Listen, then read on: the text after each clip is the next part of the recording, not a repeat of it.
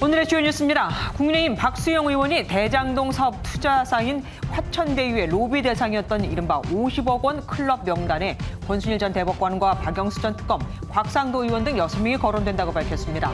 실명이 언급된 건 이번이 처음인데 당사자들은 사실무근이라며 법적 조치를 예고했습니다. 대장동 사업 의혹을 조사 중인 검찰이 이성문 전 화천대유 대표와 천화동인 1호 이한성 대표를 소환했습니다. 검찰은 화천대유 초기 자금 흐름을 조사하고 성남도시개발공사 관계자를 불러 사업 선정에 특혜가 있었는지 추궁했습니다. 공수처가 제보 사주 의혹을 받고 있는 박지원 국정원장을 입건하고 정식 수사에 나섰습니다. 고발 사주 의혹 수사도 동시에 진행 중인 공수처는 국민의힘 정점식 의원실을 압수수색했습니다. 더불어민주당 대선 후보 선출이 나흘 앞으로 다가온 가운데 이재명 경기지사는 열린민주당 TV에 출연해 범여권 표심 잡게 나섰고 이낙연 전 대표는 복지 정책을 발표했습니다. 손바닥 왕자 논란과 관련해서는 윤석열 전 검찰총장이 아무래도 여자분들이 점도 보러 다닌다고 해 또 실언 논란이 일었습니다. 코로나19 신규 확진자 수가 다시 2,000명대로 올라선 가운데 4차 대유행이 악화하면 이달 말엔 하루 5,000명까지 늘어날 수 있다는 전망이 나왔습니다. 서울 가락시장에 이어 마포 농수산물시장까지 시장 집단 감염도 급증하고 있습니다. 석유는 7년 만에, 석탄은 13년 만에 가격이 최고치를 기록하고 천연가스 가격도 급등하면서 전 세계에서 에너지 대란이 벌어지고 있습니다. 단계적 일상 회복으로 에너지 수요가 급증한 것과 앞다퉈 추진한 탄소 중립 정책의 부작용이 대란의 원인으로 보입니다.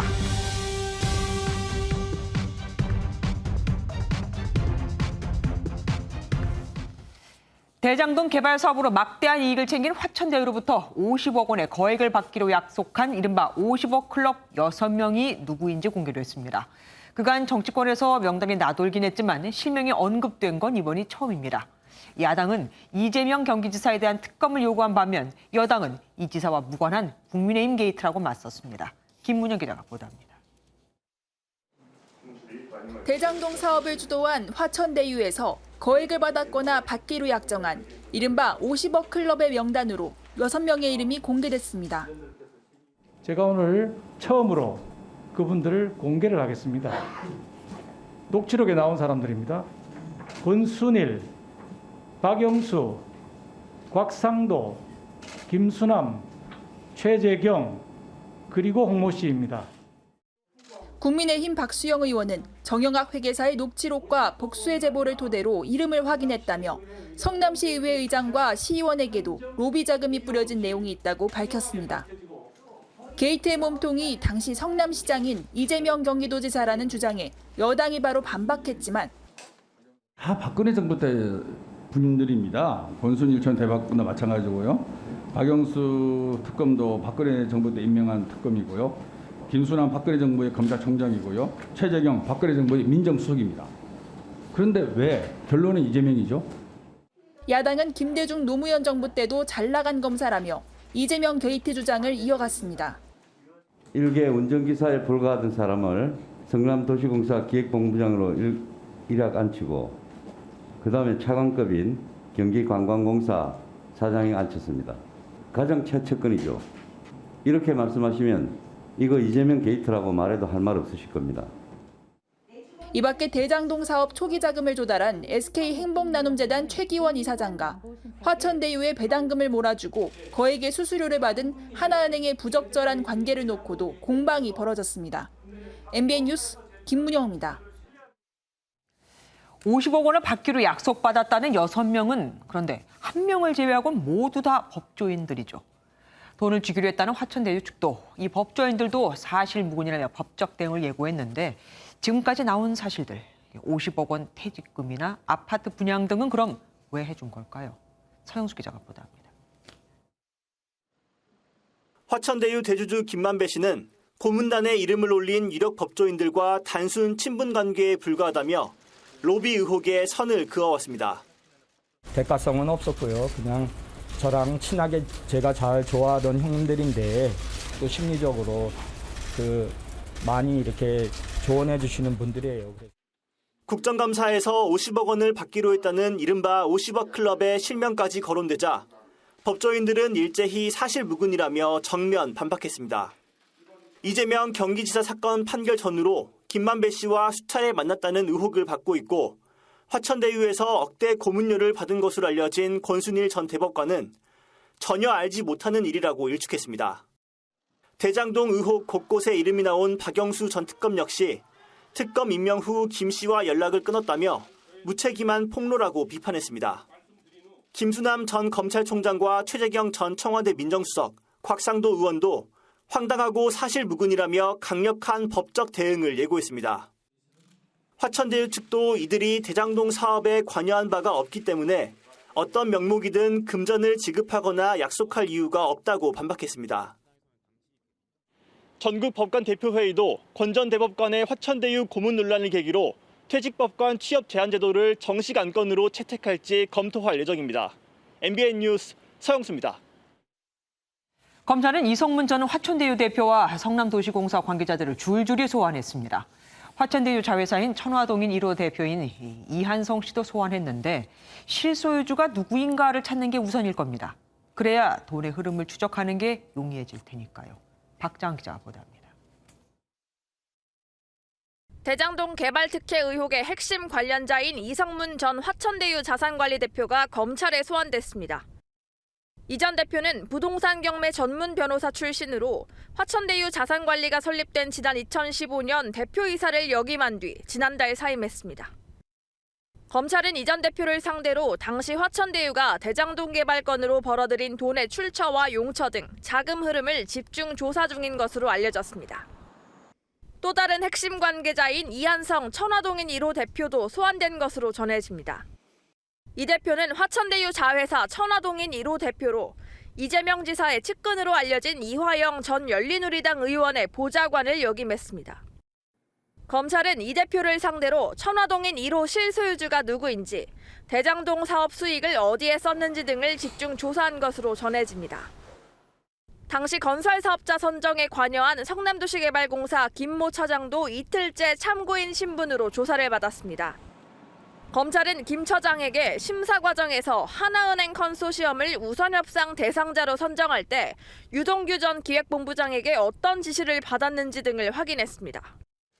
검찰 수사 속도에 불이 붙으면서 이번 사건의 키를 쥐고 있는 화천대유 대주주 김만배 씨의 소환도 임박했다는 분석입니다. MBN 뉴스 박자한입니다. 보통 민관이 함께 일을 하면 관이 더 많은 이익을 챙기는데 대장동 개발 사업은 아니었죠.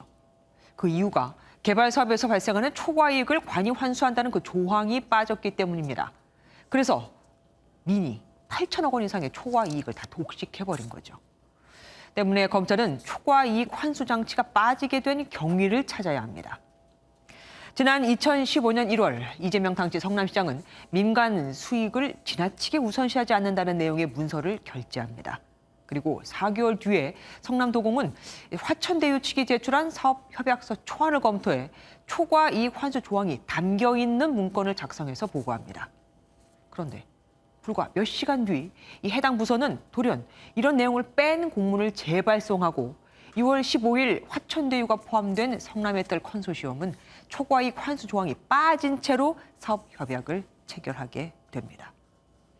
결국 어떤 경위로 초과이익 환수 조항이 빠졌는지 또 당시 이재명 시장이 과연 이 내용을 알고 있었는지가 배임죄의 뇌관이 될 겁니다. 구속된 유동규 전 성남도시개발공사 본부장에게 뇌물 3억 원을 준 것으로 알려진 인물은 지난 2013년 위례 신도시 개발 사업자였던 정재창 위례자산관리 대주주입니다. 화천대유의 천화동인 주주이기도 한데 과거 남욱 변호사, 정영학 변호사와 동업관계였던 것으로 확인됐습니다. 임성재 기자가 보도합니다. 지난 3일 구속된 유동규 전 본부장의 영장엔 위례 신도시 개발업자 정재창 씨로부터 뇌물 3억 원을 받았다는 내용이 들어있는 것으로 전해집니다. 정 씨는 대장동 개발 핵심 인물인 남욱 변호사, 정영학 회계사와 위례 신도시 개발과 관련해 동업관계를 맺은 인물입니다. 정 씨 소유 컨설팅 법인은 남 변호사 소유 천화동인 4호 지분 약 20%를 보유했고 천화동인 4호는 정 씨 법인의 지분 21%를 서로 보유한 것으로 전해졌습니다. 취재에 따르면 정 씨가 남 변호사와 정 회계사에게 90억 원을 요구하면서 송사가 오갈 정도로 사이가 틀어진 것으로 파악됐습니다. 일각에선 정 씨가 유 전 본부장에게 건넨 3억 원을 폭로하겠다고 하자 동업자인 두 사람이 부담을 느끼고 150억 원을 지불하기로 했다는 의혹도 제기됐습니다. 실제 법원에선 정 씨 소유 법인과 정회계사 소유 천화동인 5호 사이 30억 원 규모의 민사소송이 진행 중인 것으로 확인됐습니다. 정 씨 측은 대장동 개발 수익 중 90억 원을 받기로 한 약정서를 작성했지만 30억 원이 미지급돼 소송을 제기한 것이라며 뇌물 폭로 의혹은 사실과 다르다고 설명했습니다. 검찰은 정 씨의 소재 파악에 나선 것으로 알려졌습니다. MBN 뉴스 임성재입니다. 윤석열 전 검찰총장이 대장동 개발 특혜 의혹에 대한 검찰의 미온적인 수사를 비판하며 이따위로 수사하냐, 정신 똑바로 차리라고 규탄했습니다. 이준석 국민의힘 대표는 이재명 지사가 대장동 사업의 설계자를 자처했다며 특검을 요구하는 도보 투쟁에 나섰습니다. 원중희 기자입니다. 국민의힘 지도부와 대선 주자들이 한자리에 모여 대장동 개발 의혹 규명을 위한 특검 도입을 강력 촉구했습니다. 즉각 특검 수용하라! 윤석열 전 검찰총장은 검찰이 저강도 수사로 증거인멸의 기회를 주고 있다며 수사 관계자 비리도 함께 조사해야 한다고 목소리를 높였습니다. 검찰은 형사 책임을 지지 않기 위해서는 정신 똑바로 차리고 철저하게 수사하십시오. 지금 시간이 얼마나 지났는데 도대체 이따위로 수사를 합니까? 이준석 대표는 기자회견을 마친 뒤 특검 촉구 피켓을 앞뒤로 걸고 청와대까지 도보로 이동하며 항의 시위를 벌였습니다. 미꾸라지가 다 빠져나간 다음에 나중에 우리가 무엇으로 우리가 국민들에게 만족할 만한 수사 결과를 내놓을 수 있겠습니까? 특검 출범에 대해서 빨리 동의를 해야 됩니다. 민주당은 특검 주장은 물타기 쇼라며 재차 거부하고 화살을 야당에 돌렸습니다. 야당 관련자들도 수사 대상으로 차고 넘치고 있습니다. 국민의힘은 엉뚱한 곳에 힘 빼지 말고 제발 제 식구나 간수 잘하고 수사에 협조하기 바랍니다. 이런 가운데 국민의힘 대장동 태스크포스는 대장동 주민 550여 명과 함께 감사원에 공익감사 청구서를 제출했습니다.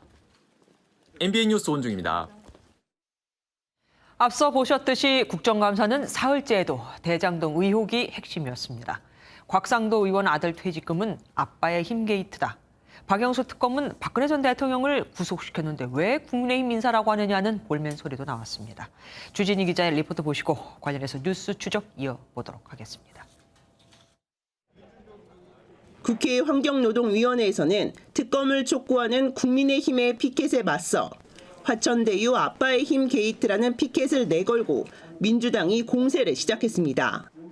대상은 산재를 신고하지도 않았는데 산재 위로금과 퇴직금 명목으로 곽상도 의원의 아들이 받은 50억입니다.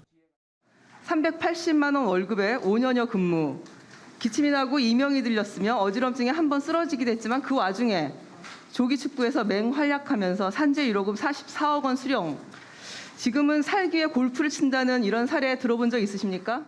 상식적으로 그만한 부상에 44억 7천만 원의 위로금 이해되십니까? 일반 국민 입장에서 보면 좀 이해하기 어려운 측면이 있지 않나. 사실관계 확인을 위해서 산업재해 조사표 등을 제출하도록 안내를 했습니다. 연루 인물이 모두 야권 인사라는 민주당의 공세에 국민의힘에서는 이런 볼멘 소리도 나왔고, 박근혜 대통령을 구속시킨 분이 우리 쪽 국힘이라고 어떻게 그런 말씀을 하십니까? 그래. 그거는 좀 빼주십시오, 좀. 예? 그분 한 분이라도 좀. 예? 기재위에서는 화천대유 등이 엄청난 수익을 냈는데 제대로 세금은 냈냐는 질타도 이어졌습니다. 국세청과 논의해서 이 민간 사업자들에 대한 특별 세무조사를 실시해야 되는 것이 아닌가라는. 국세청에서는 여러 가지 다른 사례와 비교해서 관찰하고 있을 걸로 저는 생각이 됩니다. 또 홍남기 부총리는 대장동 개발 사업처럼 과도한 이익이 발생할 경우 이를 환수하기 위해 보조적인 장치를 검토하는 것도 가능하다고 밝히기도 했습니다. MBN 뉴스 주진입니다.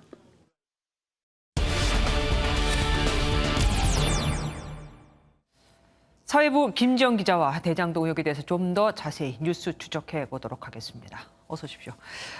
경찰이 그동안 관련해서 제대로 수사를 안 했다는 비난을 받아서 이제 검찰이 열심히 수사를 하고 있습니다. 오늘 화천대유와 성남도시개발공사 관계자를 다 불러서 조사했다면서요? 네, 대장동 사건은 민과 관이 공모해서 막대한 개발 이익을 민간 업체에 몰아주도록 사업을 설계했다는 의혹입니다. 네. 때문에 2015년 당시 성남도시개발공사가 대장동 사업을 추진하는 과정에 위법은 없었는지 파악하려면 실무를 맡았던 임직원에 대한 조사가 필요한 겁니다. 검찰은 또 이성문 전 대표 등 화천대유 측 인물을 연달아 불러 화천대유가 가져간 수천억 원대의 개발 이익이 실제 누구에게 전달됐는지 살펴보고 있습니다. 정치권에서 공유되던 이른바 50억 클럽 그 명단도 공개가 됐습니다. 당사자들은 다 부인하고 있지만 어쨌든 검찰이 또 이렇게 돈의 흐름을 추적하다 보면 이들에 대한 수사도 할 수 있지 않을까요? 네, 그 50억 클럽 얘기가 나오긴 했습니다. 하지만 실명이 이렇게 공식적으로 언급된 건 처음입니다. 네. 오늘 공개된 6명 가운데 권순일 전 대법관과 박영수 전 특별검사, 곽상도 무소속 의원은 시민단체 등으로부터 고발돼 이미 검찰 수사가 진행 중입니다. 화천대유 핵심 관계자들이 정관계 로비 자금 350억 원을 서로 적게 부담하려는 과정에서 다툼이 있었던 것으로 전해지는데요. 검찰이 이 부분을 수사하는 과정에서 만일 정관계나 법조계 인사에게 돈이 흘러간 로비 정황이 포착되면 수사로 이어질 수 있습니다. 그러니까 로비를 한 정황은 있는데 지금까지 받았다는 사람은 없는 거잖아요. 네. 유 전 본부장과 관련해서 새로운 인물도 등장을 했습니다. 아까 잠깐 전해드렸었는데 유 전 본부장에게 3억 원을 건넸다는 의혹을 받는 정재창 씨. 어떤 인물입니까? 정 씨는 대장동 사업 이전인 2013년 위례 신도시 개발 때부터 유 전 본부장과 관계를 맺은 것으로 알려집니다. 네. 유 전 본부장은 정 씨에게 개발 사업 관련 특혜를 주고 정 씨는 그 대가로 수억 원을 건네는 등 지금의 화천대유 인물들과 같은 관계를 맺은 것으로 보입니다. 정 씨는 골프 전문 방송 등에 출연하는 등 잘 알려진 아마추어 골프 선수로 경력을 보면 부동산 개발업체 대표 등 다수 회사 대표를 지낸 것으로 전해집니다. 검찰이 소재 파악에 나선 만큼 수사가 대장동 사업 이전으로까지 확대될 가능성도 있습니다. 그러니까 위례 때는 참여했는데 대장동 때는 사업에 참여하지 못해서 그거에 대한 불만을 갖고 유동규 본부장에게 돈을 준 것을 빌미로 약간의 협박 같은 것을 해서 돈을 받아냈다는 보도도 있더라고요. 어쨌든 수사의 핵심은 바로 수천억 원의 배당 특혜일 텐데 그게 유 전 본부장 때문인지 그걸 밝히는 게 관건 아니겠습니까? 네, 그게 핵심입니다. 유 전 본부장의 혐의 중 하나는 성남시에 막대한 손해를 입혔다는 배임 혐의인데요. 네. 만일 내부 검토 의견대로 초과 이익 환수 장치가 있었다면 수천억 원의 배당금이 민간이 아닌 성남 시민들에게 돌아갔을 가능성이 컸겠죠. 네. 검찰은 어제 초과 이익 환수 검토 의견서를 만든 성남도시개발공사 팀장 한 씨를 불러 조사했고 오늘은 이 지사의 측근으로 대장동 사업 실무를 책임진 개발 1처장 김 씨를 조사해 사업 설계 전반을 살펴본 것으로 알려졌습니다. 결국 당시 성남시장이었던 이재명 경기지사까지 수사가 이어질 가능성도 그러면은 있을까요? 성남시 산하 기관인 그 성남도시개발공사에서 발생한 일인 만큼 자치단체장이 최종으로 책임을 지는 건 맞습니다. 아, 예. 하지만 관건은 이 지사가 화천대유, 즉 민간 업체 배당 비율을 정하는 주주 협약 내용을 구체적으로 알고 이를 승인했는지 여부입니다. 법조계에선 이 지사가 관여한 명확한 정황이 드러나야만 단순 관리감독 책임 이외에 업무상 배임 처벌이 가능하다고 보고 있습니다. 이 지사는 전체적인 설계는 했지만 민간 부분의 협약 내용은 모른다며 대장동 의혹과는 선을 긋고 있습니다. 그러니까 전체는 설계했지만 그 부분은 모른다 네. 이거 아닙니까? 대장동 의혹에 대해서 말을 아끼던 청와대에 이어서 김부겸 총리도 입장을 냈습니다. 정부가 이렇게 갑자기 입장을 표명하는 이유가 있을까요? 이렇게 주요 대선 주자가 연관된 의혹이었던 만큼 선거 개입 논란이 불거질 수 있다면서 발언을 자제했던 청와대가 결국 어제 입장을 냈습니다. 청와대는 엄중하게 지켜보고 있다고 밝혔습니다. 부동산 문제와 연결된 사안으로 국민과 공감하고 있다는 메시지 전달을 통해 국정 부담을 덜 여는 차원으로 읽힙니다. 김부겸 국무총리도 오늘 처음 입을 열었는데요. 다만 수사가 진행 중이기 때문에 뭘 더 보태거나 할 리는 없는 것 같다며 정부 차원의 개입에는 선을 그었습니다. 어쨌든 새로운 의혹, 새로운 인물이 또 계속해서 나오니까 검찰이 바빠지겠습니다. 지금까지 김지영 기자와 뉴스 추적해봤습니다. 고발 사주냐, 제보 사주냐. 공수처가 둘 중에 어느 쪽이 맞는지 밝히기 위해 두 의혹 모두 다 수사에 나섰습니다. 고발 사주와 관련해서는 국민의힘 정점식 의원실을 압수수색했고 제보 사주와 관련해서는 박지원 국정원장을 입건했습니다. 이혁근 기자입니다. 공수처 고발 사주 수사팀이 정점식 국민의힘 의원실 압수수색에 나섰습니다. 손준성 전 대검찰청 수사정보정책관에서 국민의힘 김웅 의원, 제보자 조성은 씨를 거친 고발장의 유통 경로를 확인하려는 의도로 보입니다. 사무실에 있는 서류, 컴퓨터 등을 내 휴대폰 등을 검색을 했습니다. 다만 이제 거기서 관련 자료를 찾지를 못했기 때문에 압수한 물건 없이 돌아갔습니다. 고발장은 지난해 총선 때 미래통합당 법률지원단장을 맡은 정 의원이 당무감사실에 전달하고 당무감사실에서 조상규 변호사에게 건넸던 것으로 알려졌습니다. 압수물 6개 나왔는데 내가 다 기자들한테 줬던 거. 또 공수처는 박지원 국가정보원장을 입건하고 이른바 제보사주 의혹도 수사한다고 밝혔습니다. 앞서 윤석열 캠프는 고발사주 의혹을 전면 부인하며 오히려 박 원장이 거짓 제보를 사주했다고 주장했습니다. 박지원 국정원장 그리고 조성은 씨 외 한 명을 국가정보원법 위반 그리고 공직선거법 위반, 명예훼손죄 등으로 공수처에 고발을 했습니다. 공수처는 고발 사주와 제보 사주 수사 모두 여운국 차장이 지휘한다고 밝혔습니다. 의혹이 맞물리는 사건에 대해 동시 수사에 나서면서 고발 사주인지 제보 사주인지 공수처가 명확한 결론을 내놔야 한다는 지적이 나옵니다. MBN 뉴스 이혁근입니다. 혹시 김미영 팀장입니다로 시작하는 대출 안내 문자 메시지 받아본 적 있으십니까? 보이스피싱의 원조격인 이 문자 메시지 진짜로 누가 보낸 건가 궁금하셨을 텐데 김미영 팀장이란 이름으로 활동하던 금융 사기 조직의 총책이 9년 만에 필리핀에서 붙잡혔습니다. 고정수 기자입니다. 지난 4일 필리핀의 수도 마닐라 인근. 뒷수갑이 채워진 남성이 무장한 필리핀 이민청 직원들에 이끌려 승합차에 탑니다. 이 50대 남성은 일명 김미영 팀장 보이스피싱 조직의 총책 A씨입니다. A씨는 과거 한국에서 사이버 수사팀 근무 이력이 있는 경찰 출신 인물로 해임 뒤 범행을 시작한 것으로 전해졌습니다. 총책이 당시에 2개의 가명을 사용해서 치밀하게 도피 중이었는데 코리안데스크가 2주간 잠복을 통해서 총책의 동선을 파악했고 해당 조직은 2012년부터 필리핀에 콜센터를 개설하고 김미영 팀장이란 이름의 메시지로 대출 상담을 하는 척하며 수백억 원을 가로챈 혐의를 받고 있습니다. 2013년 조직원 28명이 구속됐지만 A씨를 비롯한 주요 간부들은 해외로 도망쳤습니다.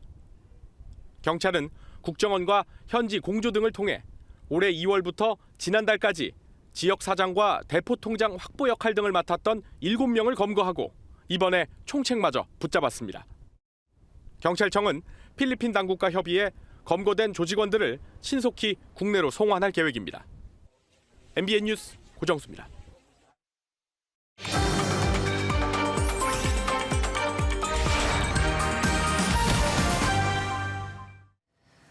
지난해부터 우리나라에도 탐정이라는 직업이 합법화됐죠. 1년 새 탐정 숫자도 8,000명을 넘어섰는데 상황에 따라 미행이나 몰래 촬영 같은 위법 활동이 우려되기도 합니다. 불법과 위법, 편법 사이로 왔다 갔다 하는 경우가 많거든요. 사실 아무나 탐정이라고 이름을 달고 활동할 수 있는 것도 문제고요. 홍지호 기자가 현장 취재했습니다. 태어나자마자 입양된 딸을 40년 넘게 찾은 김길순 씨. 생사라도 알고 싶어 입양기관을 비롯해 곳곳에 도움을 청했지만 달라진 건 없었습니다. 이제 딸을 만나 볼 수만 있다면 내일 죽어도 한이 없겠다는 그런 생각으로만 산 것 같아요.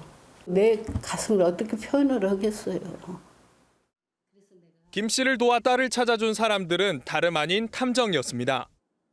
지난해 8월부터 국내에서도 합법적으로 탐정이란 명칭을 사용할 수 있는 길이 열렸습니다. 합법화 1년 만에 국내에서 활동하는 탐정의 숫자는 8,000명 이상으로 늘어났습니다. 실종 아동 찾기뿐만 아니라 산업 스파이 추적, 교통사고 원인 분석 등 탐정의 활동 범위도 넓어지고 있습니다.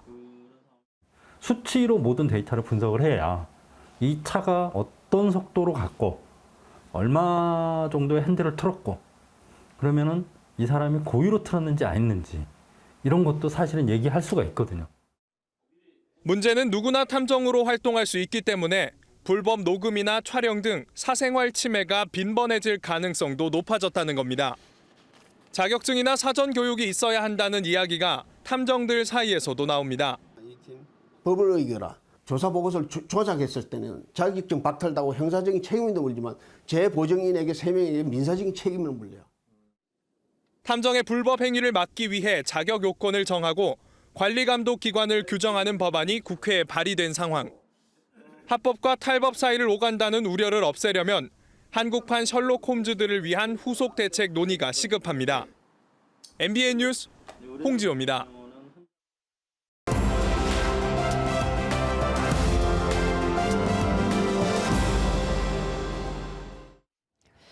키워드를 살펴보는 오늘의 화제, 빅뉴스 시간입니다. 오늘은 장명훈 기자와 함께합니다. 어서 오십시오. 네. 첫 번째 키워드가 우주 가는 배우들입니다. 네. 그 우주라는 게 우리가 알고 있는 지구 대기권 밖 거기 말하는 겁니까? 네, 맞습니다. 배우들이 우주로 가는 이유, 바로 영화를 찍기 위해서입니다. 네. 러시아 영화 촬영팀이 우주 정거장에서 벌어지는 일들을 담은 장편 영화를 촬영하러 진짜 우주 정거장에 간 건데요. 네, 주인공인 여배우와 감독, 베테랑 우주인 이렇게 3명이 소유주 로켓을 타고 이동했습니다. 3시간 비행 끝에 우주 정거장에 무사히 도착한 촬영팀은 앞으로 12일 동안 영화를 촬영합니다. Для нас сегодня новым было все. Каждые 10 секунд приносили что-то свое новое. Мне все еще кажется, что я сплю. 지금까지 SF 영화에서 우주 정거장은 컴퓨터 그래픽으로 많이 구현됐었는데 실제 영화에서 촬영하는 건 이번이 처음입니다. 뭐 금액으로만 따져보면 우주에 직접 가는 것보다 그래픽으로 구현하는 게 더 저렴할 것 같은데 어쨌든 뭐 같습니다. 우주 영화는 헐리우드가 있는 미국이 사실 많이 만들었잖아요. 네. 근데 이번에는 러시아가 선정을 했습니다. 네, 맞습니다. 우주하면 사실 주도권을 쥐고 있는 나라가 미국인데 네. 미국도 곧 영화 촬영을 하러 우주로 나갑니다. 미션 임파서블 시리즈 등으로 유명한 배우 톰 크루즈가 미 항공우주국 나사와 함께 영화 촬영을 준비하고 있다고 합니다. 또 다른 미국 배우도 우주 여행을 준비하고 있는데요.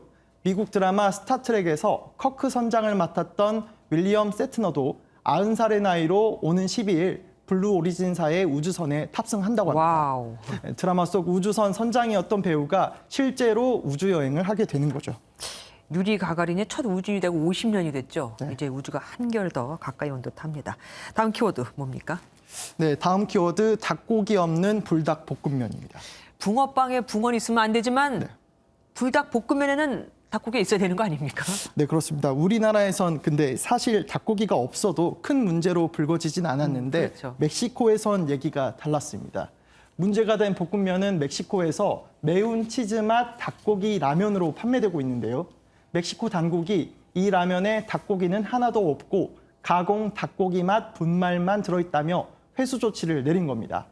멕시코 소비자 보호청장은 닭고기에 입을 맞춘 것보다도 그 함량이 적다며 이는 기만 광고라고 지적했습니다. 사실 예전에 우리도 바나나 우유가 바나나가 들어있지 않다라고 해서 바나나 맛 우유로 바꿔야 된다 그래서 실제로 지금 바뀌었잖아요. 네. 어쨌든 다른 것들은 그냥 우리는 그러려냐고 먹는데 참 망신스럽습니다. 네, 보통 우리나라에서는 제품명과 성분이 달라도 크게 따지지 않는 경우가 그러니까요. 많거든요. 근데 최근에 영화 기생충 등 컨텐츠로 우리나라 라면의 인기가 급상승한 만큼 수출국 상황에 맞춘 정확한 표기가 필요하다는 지적입니다. 라면 수출이 늘었다는 걸 참 자랑스러운 뉴스로 보도해드렸었는데 부끄럽습니다.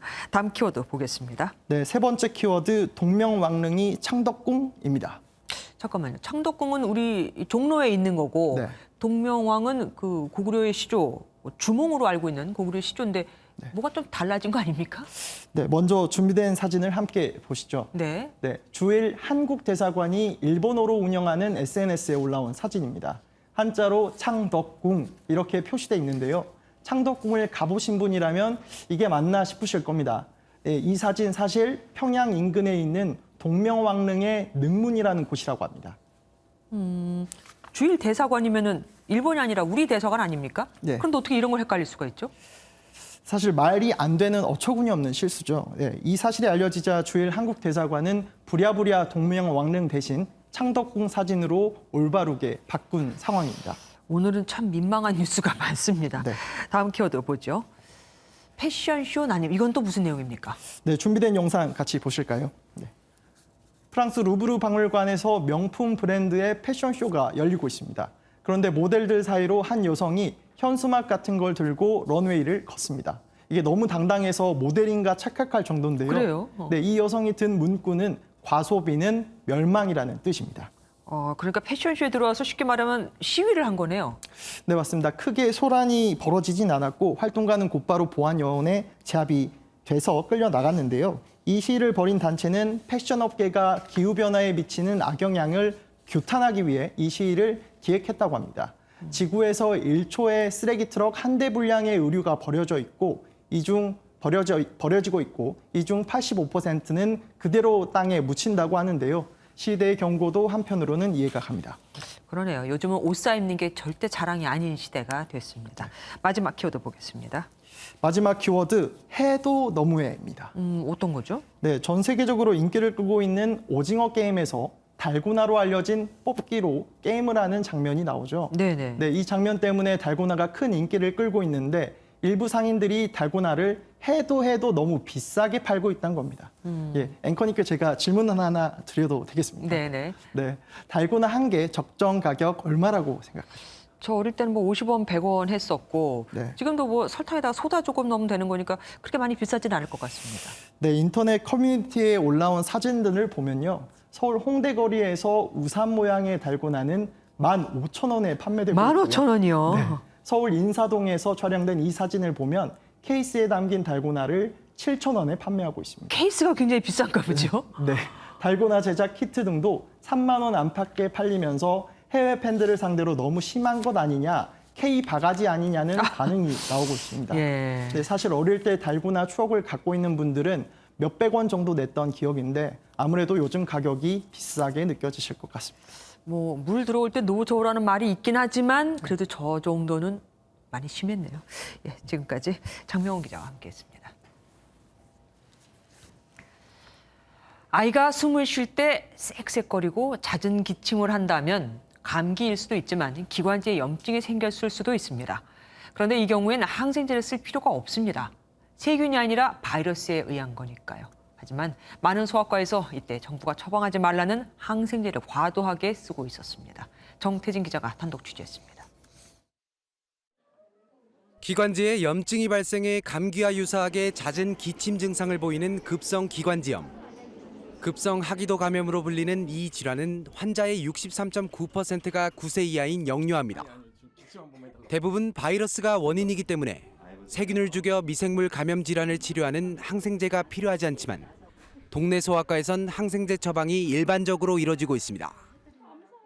전국 의원급 소아과 중 급성 하기도 감염의 항생제 처방률이 80%가 넘는 곳은 359곳으로 90%가 넘는 곳은 147곳에 달합니다. 그렇게 한 번 했던 곳은 또 그렇게 항생제를 주거든요. 근데 일부러 소아과를 갈 때 항생제 처방을 주는 곳은 찾아가지 않고 있고.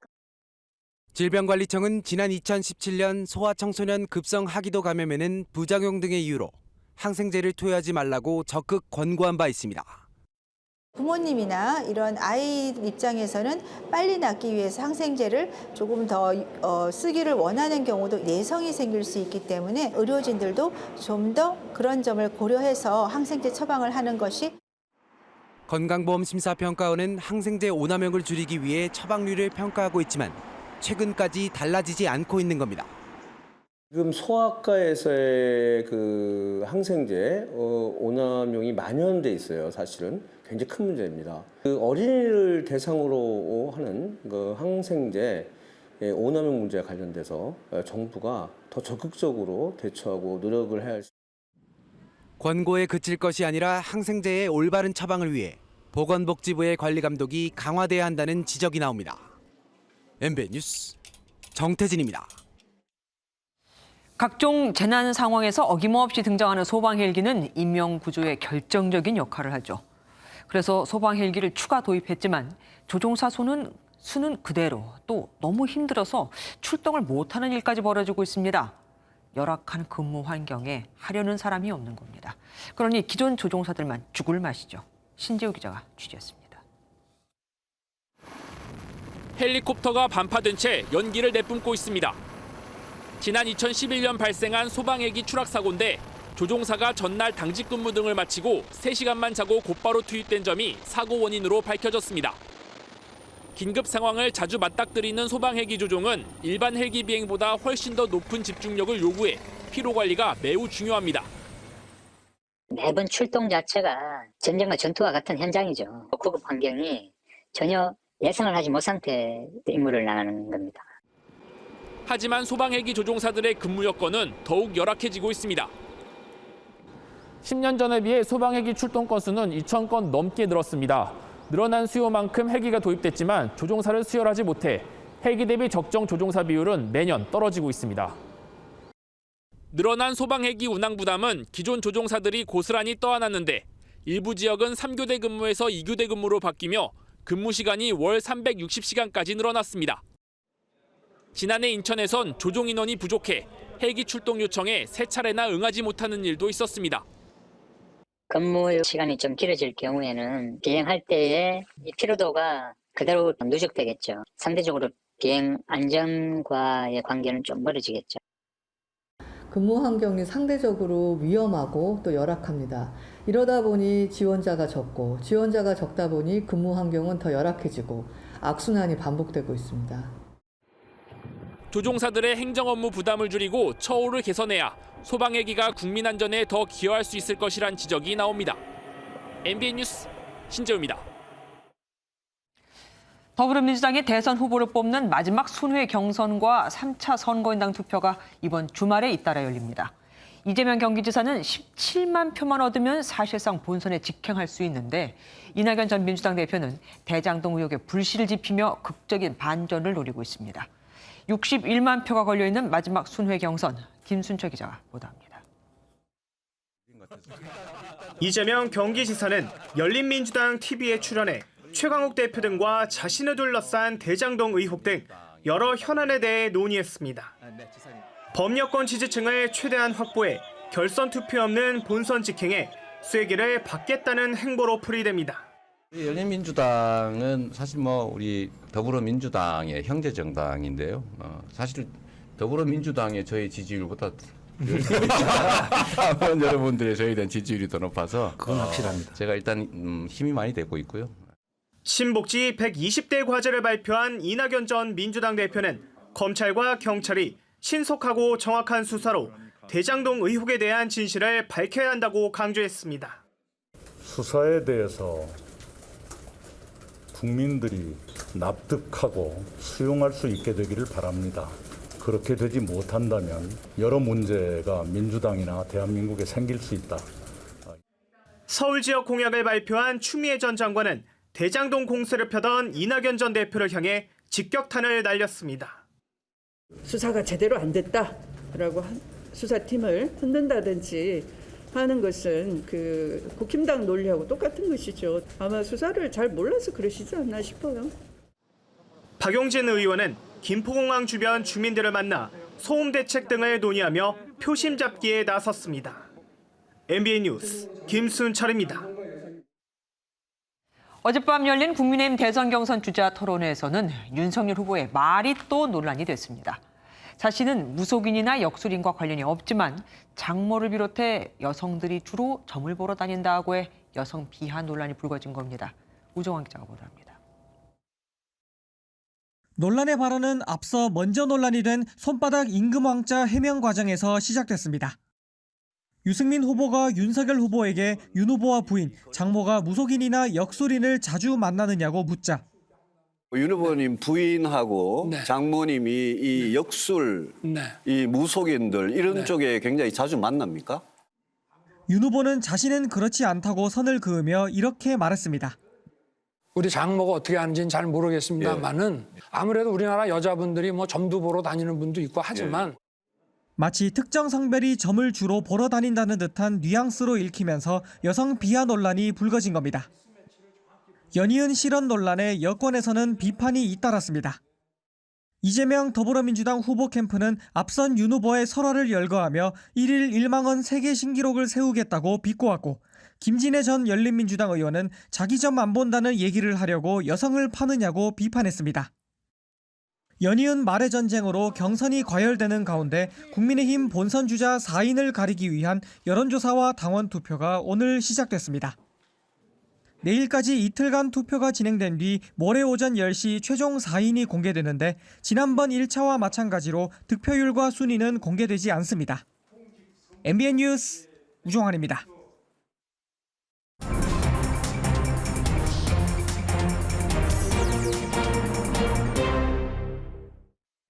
오늘 있었던 정치권 뒷이야기 알아보는 정치톡톡 시간입니다. 안보람 기자 나왔습니다. 어서 오십시오.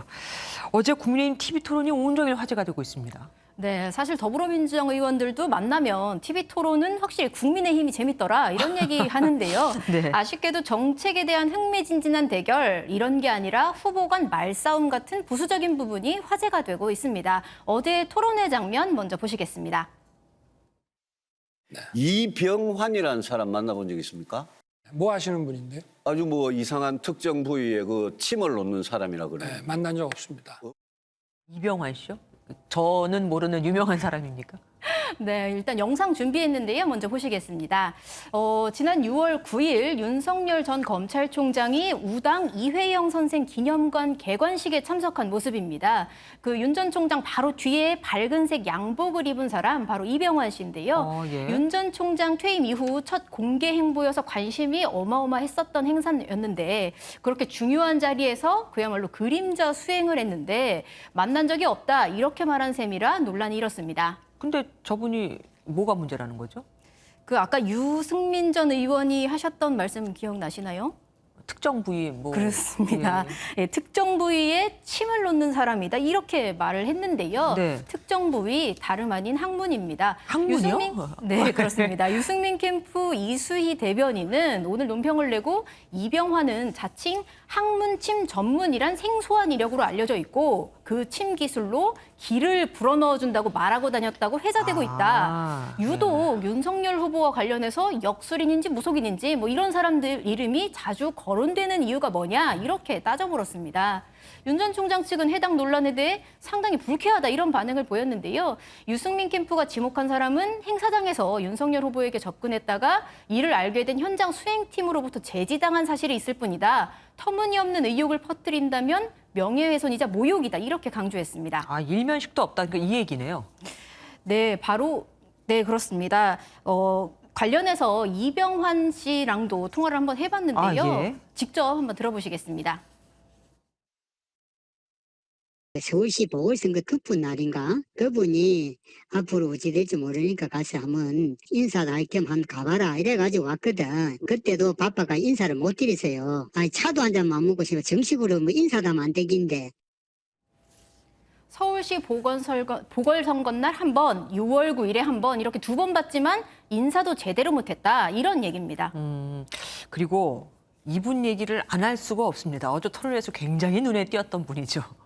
네, 바로 안상수 전 인천시장 얘기입니다. 안 전 시장은 최재형, 하태경, 원희룡 후보와 함께 치열한 사위 싸움을 벌이고 있죠. 그래서인지 매번 토론 때마다 튀는 소품으로 시선을 끌고 있습니다. 이재명, 당신의 추악한 가면을 벗겨버리겠어.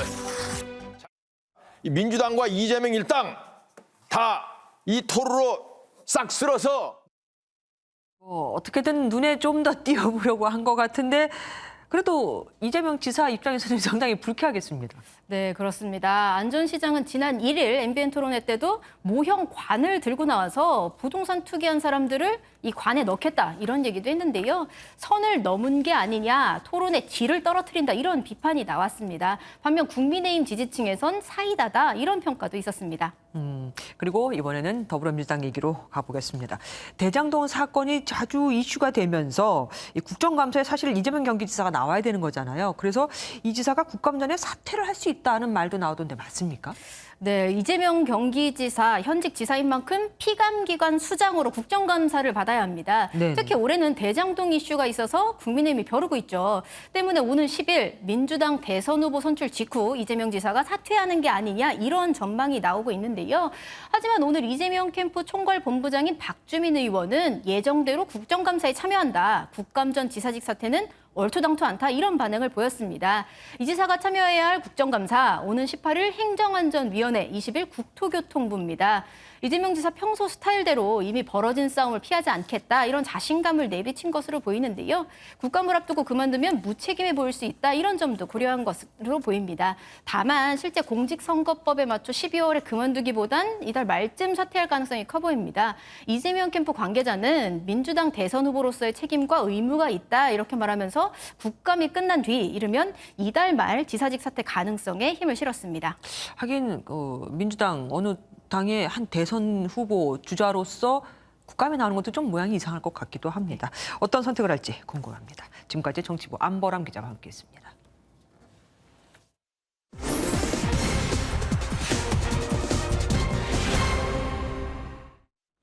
최근 스타벅스의 취업 규칙이 공개됐는데 사람들을 의아하게 만든 내용이 있었습니다.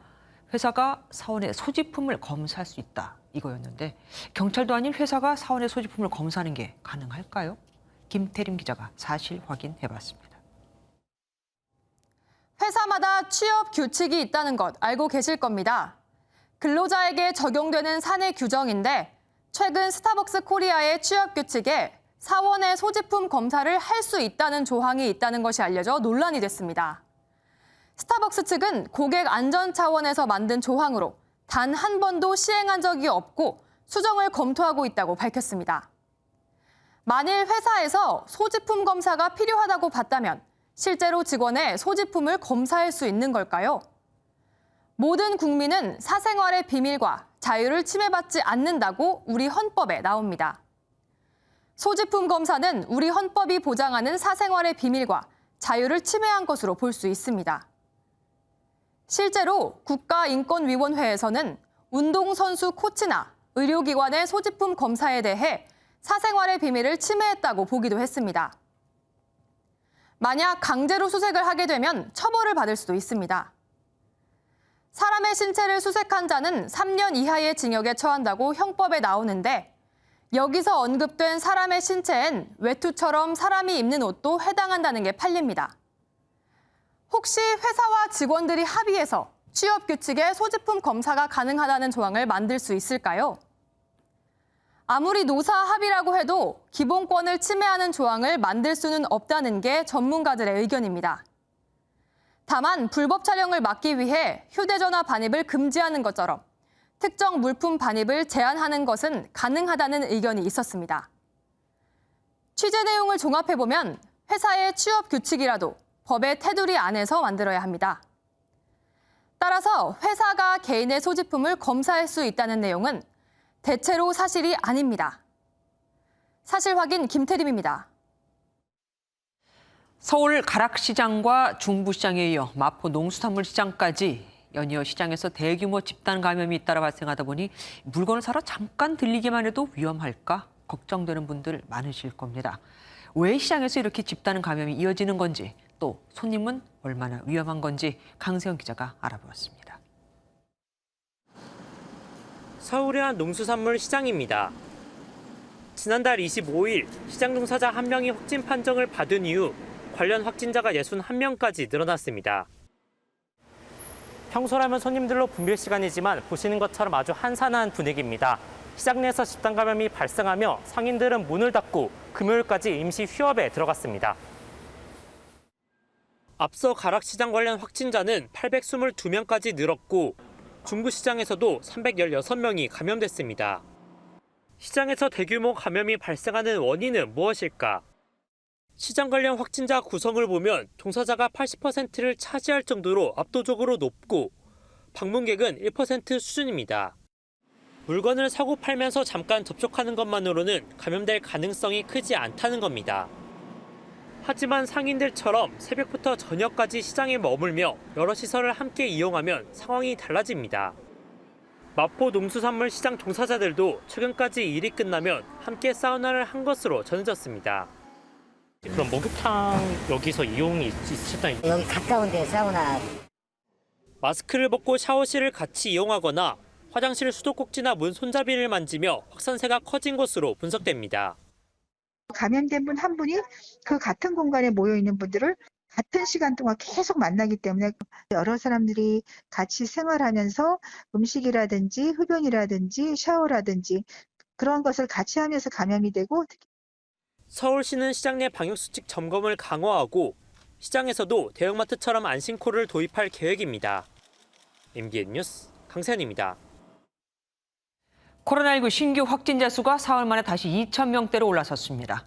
오늘 오후 6시 기준 확진자는 어제보다 늘어난 1,561명. 지금 유행이 악화되면 이번 달 말엔 하루 5,000명 안팎의 확진자가 나올 거라는 전망까지 나오고 있는데요. 권덕철 보건복지부 장관은 확진자가 늘어도 단계적 일상회복, 그러니까 위드 코로나는 예정대로 간다고 다시 한번 강조했습니다. 이호정 기자가 보도합니다. 오늘 코로나19 신규 확진자 수는 2,028명으로 사흘 만에 다시 2,000명대를 기록했습니다. 인구 이동량은 여전히 증가하고 있고 높은 접종률만으로 방역 상황이 안정될 것이라고 속단하기엔 이른 상황입니다. 감염 재생산 지수가 1.2로 4주째 늘고 있고 확진자 중 돌파 감염자의 비중도 지난달 8%대에서 최근 20%를 넘어섰습니다. 질병관리청은 지금 유행이 유지되면 10월 말 하루 확진자가 4,300명까지 늘어날 수 있고 유행이 악화될 경우 5,000명 안팎의 확진자가 나올 것으로 예측했습니다. 그래도 정부는 10월 말 일상 회복의 발걸음을 뗄 수 있다는 입장입니다. 3,500명에서 5,000명까지 예측하는 통계인데 이 정도 일일 확진자가 나온데도 위드 코로나를 적용하실 겁니까?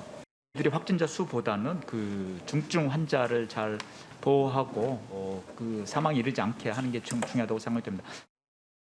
정부는 게임 체인저로 여겨지는 먹는 치료제의 구매 협상을 진행하고 있고 최소 2만 명분을 확보했다고 밝혔습니다.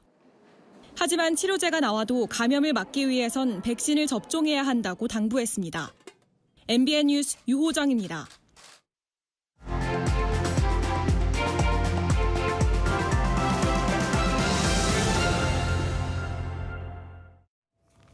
Paula, I hope you're not starting to imagine things again. 영화에서 남편은 가스 등을 조작해 아내를 정신 이상자로 몰아갑니다. 밤마다 가스등 불빛이 희미해지고 천장에선 이상한 소리가 들리지만 남편은 아내가 상상 속에서 꾸며낸 일이라며 그녀를 미쳤다고 하죠. 결국 아내는 주체성을 상실하고 남편의 꼭두각시가 됩니다. 이런 심리 조작과 통제를 가리키는 용어가 바로 가스라이팅, 우리말로는 심리적 지배라고 하죠. 그런데 최근 우리 남북 관계를 이 가스라이팅에 빗댄 말들이 나오고 있습니다. 그제 복원된 남북 연락통신선에 대해 김용태 국민의힘 청년 최고위원은 북한이 일방적으로 차단했고 또 일방적으로 복원한 통신선에 대해 통일부는 기대한다는 말 외에 아무런 말도 하지 못했다며 북한에 가스라이팅을 당하는 것 같다고 했거든요.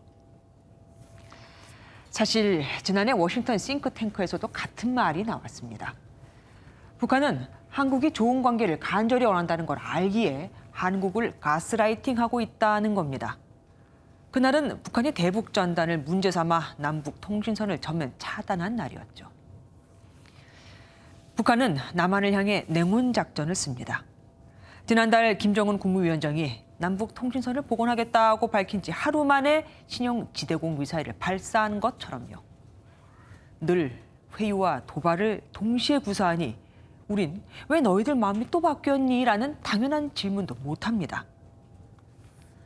통신선 복원을 계기로 남북이 대화의 물꼬를 틀 수 있는 최소한의 수단을 마련했다는 건 다행스러운 일입니다만 그 뒤에 어떤 청구서를 숨기고 있을지 걱정이 앞선다는 건 그런 우려가 나오는 건 이 때문입니다. 오히려 국민은 좋은 분위기를 잇기 위해 우리 정부가 또 어떤 희생을 할까 두렵기까지 합니다. 문 대통령 취임 당시 미국 언론은 대통령의 성인 문이 영어로 달이라는 점과 햇볕 정책을 합쳐서 새 정부의 대북 정책을 문샤인 달빛 정책이라고 불렀습니다. 이제 임기 말에 들어섰는데 문샤인의 대북 러브콜에 대한 답은 그럼 언제쯤이나 들을 수 있는 걸까요? 김주아의 그런데 오늘은 북한 짝사랑 아니길이었습니다.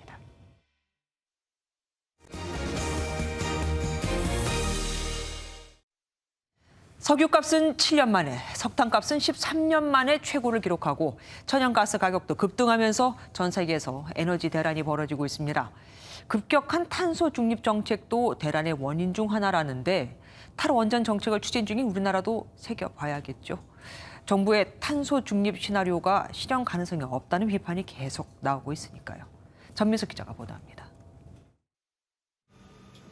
코로나19의 충격에서 서서히 벗어나는 스페인. 세탁소도 오랜만에 분주해졌지만 1년 새 전기 가스 요금이 35%나 올라 손에 쥐는 돈은 기대에 턱없이 못 미칩니다. Hace 2 años atrás una facturación más o menos de 6.000 euros. La luz se pagaba 600 euros.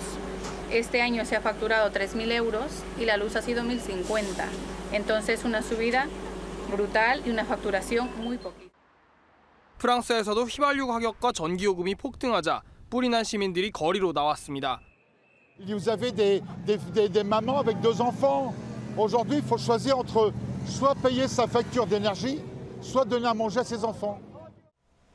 이번 에너지 대란은 세계 주요국들이 단계적 일상 회복으로 전환하는 과정에서 에너지 수요가 폭증한 가운데 탄소 중립 정책과 중국의 에너지 사재기 등이 맞물린 탓입니다. 석유 가격은 7년 만에, 석탄 가격은 13년 만에 최고치를 기록했고 천연가스 가격도 계속해서 뛰고 있습니다. Et ça, c'est politiquement très compliqué et c'est, je dirais, la face cachée de la transition énergétique qui se révèle aujourd'hui au grand jour. 에너지 가격 급등과 연동해 물가 상승도 예상되면서 올겨울은 유난히 혹독할 것이라는 전망입니다. MBN 뉴스 전민석입니다. 오늘 중부지방은 흐린 가운데 비가 내렸고 남부지방은 맑은 가을 하늘의 기온이 크게 올랐습니다. 동해안은 내일 새벽에 비가 그친 뒤 낮부터 다시 시작되겠고요. 중부지방에서도 내일까지 비가 오락가락 이어지겠습니다. 내일 강원 영동과 경북 동해안, 경기 서해안과 충남 북부 서해안에는 10에서 40mm의 비가 더 내리겠습니다. 그 밖에 중북부와 충남에는 5에서 20mm, 나머지 지역들은 5mm 안팎으로 비의 양이 매우 적겠습니다. 가을 안개가 무척 짙습니다. 밤부터 다시 안개가 짙어지겠는데요.